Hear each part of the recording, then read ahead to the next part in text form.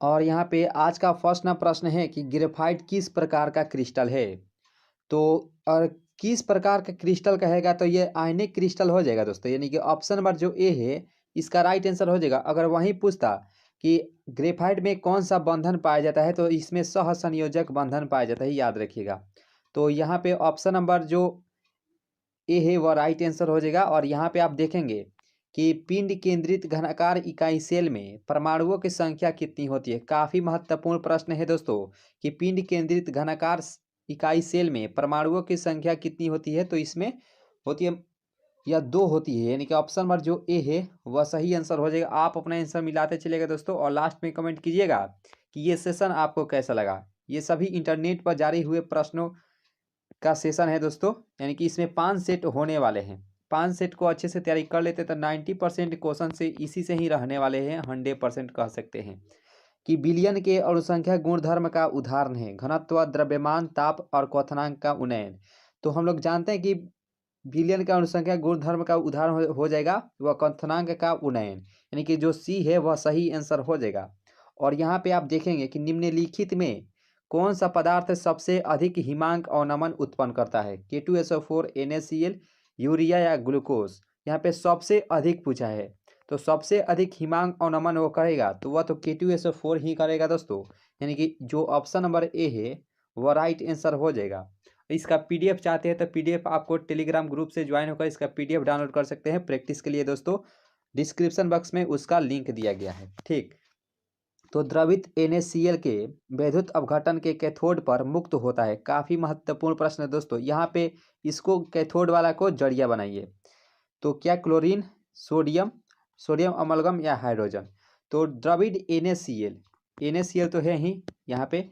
तो वैद्युत अपघटन के कैथोड पर मुक्त क्या होता है। तो आपका आंसर अब तक आ गया होगा कि इस पर सोडियम होगा। कैथोड कहेगा तो कैथोड पर तो Na+ रहता है, तो कैथोड पर तो पॉजिटिव आवेश रहता है। अगर वहीं एनोड कहता तो एनोड पर Cl है तो Cl पर माइनस चार्ज रहता है। तो यहाँ सोडियम के साथ इसका राइट आंसर चला जाएगा। उम्मीद करते हैं आपको समझ में आया होगा कि कैथोड पर जो मुक्त होगा वो सोडियम होगा। अगर एनोड कहता तो वहाँ क्लोरीन इसका राइट आंसर हो जाता, लेकिन यहाँ पे कैथोड का बात किया गया है। और यहाँ पे आप देखेंगे कि एक इलेक्ट्रोड का मानक ऑक्सीकरण विभव प्लस से 0.076 वोल्ट है। तो इसका मानक अवकरण विधि विभव क्या होगा, अवकरण विभव पूछ लिया गया है। तो इसका जो अवकरण विभव होगा यह माइनस में 0.76 वोल्ट हो जाएगा, यानी कि जो सी है वह सही आंसर हो जाएगा। ऑक्सीकरण विभव यहाँ पे प्लस में है वहीं, तो वहीं जब मानक अवकरण विभव जब ज्ञात करेंगे तो ये इसका माइनस में आता है, याद रखिएगा। यानी कि ऑप्शन में जो सी है वह सही आंसर हो जाएगा। और यहाँ पे 7 प्रश्न है कि चीनी के प्रतिलोपन को ग्लूकोज एवं फ्रक्टोस बनने की अभिक्रिया को निम्न प्रकार से दर्शाया जाता है। यहाँ पे देखते हैं C12H22O11 और H2O से जब प्रक्रिया करते हैं अम्ल के माध्यम से, यानी कि H+ आयन से, तो यहाँ पे ग्लूकोज और फ्रुक्टोस में यह टूट जाता है, ठीक। तो यहाँ पे यह अभिक्रिया किस प्रकार की अभिक्रिया है।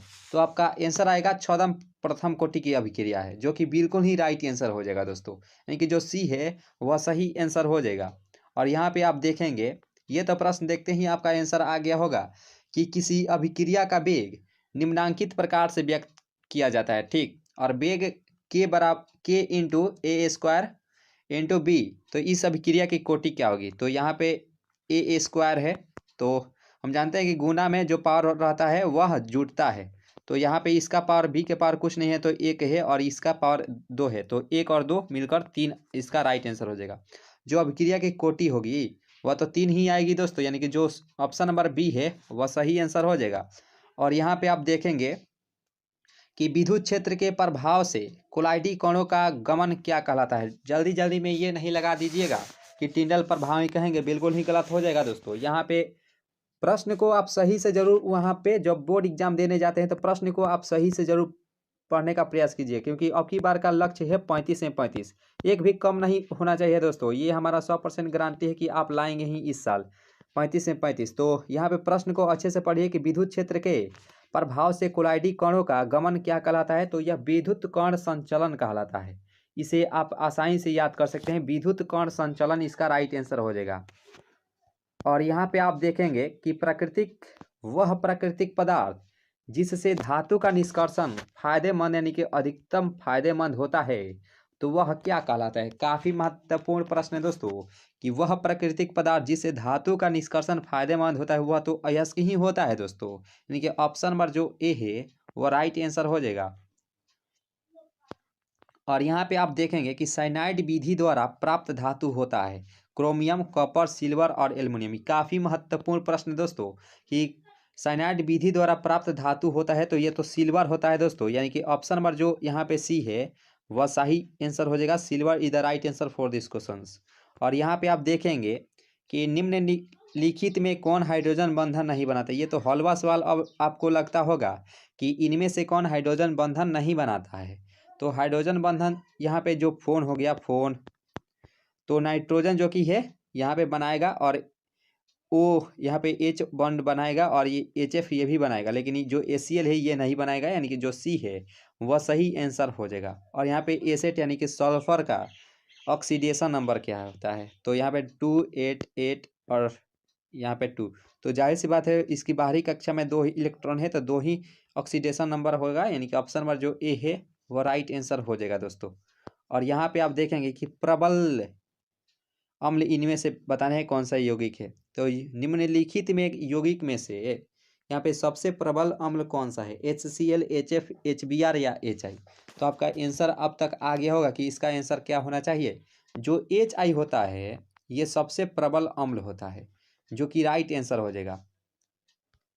और यहाँ पे 15 जो प्रश्न है कि गोताखोरी में श्वसन हेतु यंत्रों में किन गैसों का मिश्रण होता है। जब हम जानते हैं कि जो पनडुब्बी होते हैं, जो व्यक्ति पनडुब्बी के रूप में जाते हैं पानी के अंदर, तो उसमें वो अपने पीठ पर एक लादा हुआ एक टंकी लिए रहते हैं, ठीक। तो वह सांस लेने के लिए रखे रहते हैं टंकी को, तो वही टंकिया में कौन सा गैसों का मिश्रण होता है। तो आपका आंसर आएगा हीलियम, ऑक्सीजन और नाइट्रोजन, जो कि बिल्कुल ही राइट आंसर है, यानी कि जो सी है वह सही आंसर हो जाएगा। और आज का मोटिवेशनल कोट है कि रख हौसला वो मंजर भी आएगा, प्यासे के पास चलकर समंदर भी आएगा, थक कर ना बैठ ए मंजिल के मुसाफिर, मंजिल भी मिलेगी और मंजिल का मजा भी आएगा। यानी कि इस साल तो 35 में 35 तो लाना ही है दोस्तों, यानी कि अपना मेहनत जारी रखिएगा जब तक एग्जाम ना बीत जाए। अगर इस सेशन को अच्छे से तैयारी कर लेते हैं तो इससे क्वेश्चन बिल्कुल ही 100% आने वाले हैं दोस्तों। तो आपको मंजिल भी मिलेगी और मंजिल का मजा भी आएगा जब आपका रिजल्ट आएगा, तो इतना खुशी होगा दोस्तों। आप एक बार जरूर कमेंट करने का प्रयास कीजिएगा जब आपका रिजल्ट आए दोस्तों, यही हम आपसे उम्मीदें रखे हैं। और यहाँ पे संक्रमण तत्वों का स्थान आवर्त सारणी के अंतर्गत आता है। S block of elements, P block के तत्व, डी ब्लॉक ऑफ एलिमेंट्स और एफ ब्लॉक ऑफ एलिमेंट्स।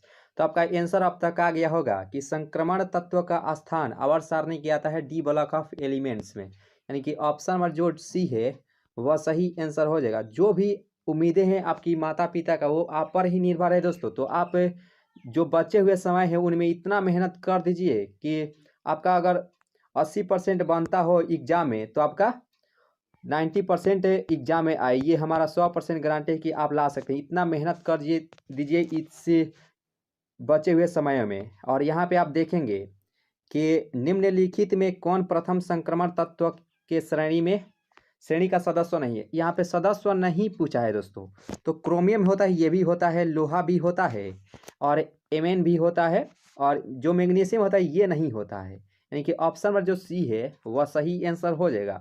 और यहाँ पे लेंथेनाइड संकुचन किस तथ्य के लिए उत्तरदायी है। काफी महत्वपूर्ण प्रश्न है दोस्तों कि लेंथेनाइड संकुचन किस तथ्य के लिए उत्तरदायी है। तो आपका आंसर आएगा जो कि बिल्कुल ही राइट आंसर होगा, जेडार और HF की त्रिज्या लगभग समान ही होती है, यानी कि लगभग बराबर ही होती है दोस्तों, जेडार और HF की त्रिज्या।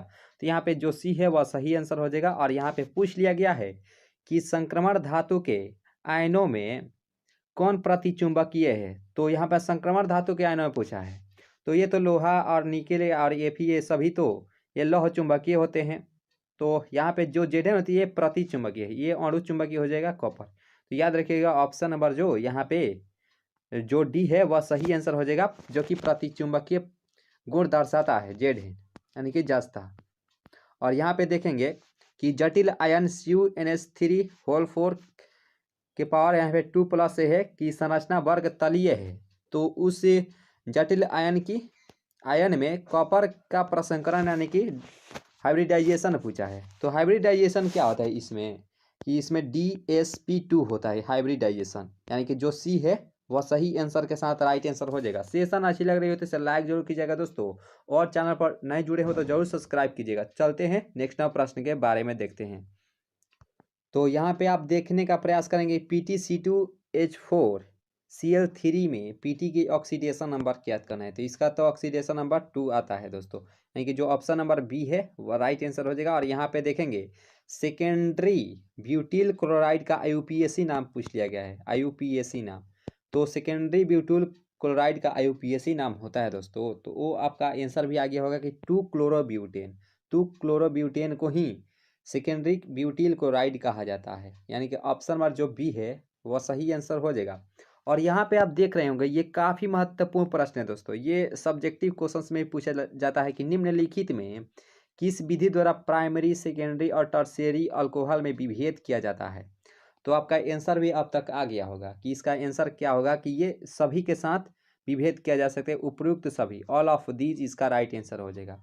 और यहाँ पे देखेंगे कि निश्चेतक के रूप में किसका प्रयोग करते हैं, क्लोरोफॉर्म, एसिटिलीन, आयोडोफॉर्म या मीथेन। निश्चेतक उसे कहते हैं दोस्तों जब हम लोग देखते हैं कि ट्रेनों या बसों में जो मनुष्य के मुंह पर नहीं होता है कि रुमाल फेंक कर उसको बेहोशी कर देते हैं, वही निश्चेतक होता है।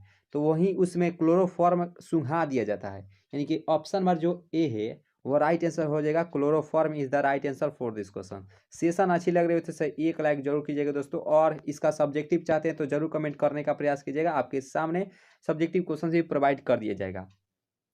और यहाँ पे कैल्शियम एसीटेट को गर्म करने से निम्नलिखित में कौन प्राप्त होता है। कैल्शियम एसीटेट को कहा एथिल एसीटेट, एसीटोन, फॉर्मल्डिहाइड या एसिटल्डिहाइड।